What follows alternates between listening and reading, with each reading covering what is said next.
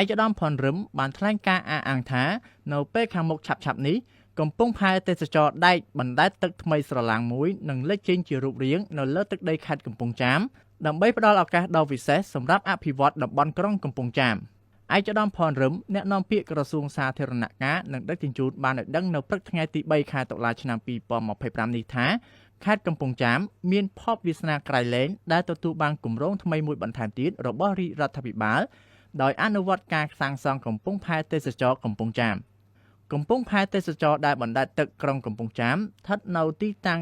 ទីលានចំណតកំពង់ចម្លងចាស់ដែលមាននាវាដឹកជញ្ជូនភ្ញៀវទេសចរអន្តរជាតិពីប្រទេសវៀតណាមចូលចតទៅតាមកាលវិភាគដែលបានគ្រោងទុក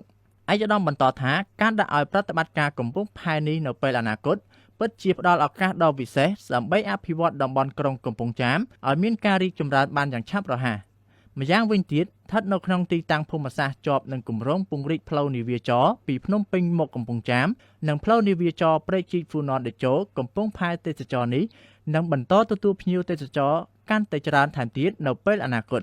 អ្នកនាំពាក្យក្រសួងសាធារណការឲ្យដឹងទៀតថានៅពេលសាងសង់ជាប់រួចរាល់កំពង់ផែទេសចរដែកបណ្ដែតទឹកក្រុងកំពង់ចាមនឹងត្រូវប្រគល់ជូនរដ្ឋបាលខេត្តកំពង់ចាមជាអ្នកគ្រប់គ្រងនិងប្រតិបត្តិការ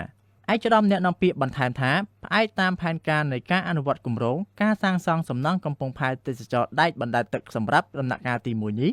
នឹងប្រើប្រាស់រយៈពេល24ខែជាមួយគ្នានេះការសាងសង់ហេដ្ឋារចនាសម្ព័ន្ធដំណាក់កាលទី2ដែលរួមមានអគាររដ្ឋបាលនិងកន្លែងរង់ចាំសម្រាប់ភ្ញៀវទេសចរនឹងចាប់ផ្ដើមនៅឆ្នាំ2026ខណៈក្រសួងសាធារណការនឹងខិតខំបញ្ចប់ការសាងសង់គម្រោងដ៏សំខាន់នេះឲ្យរួចរាល់តាមការគ្រោងទុក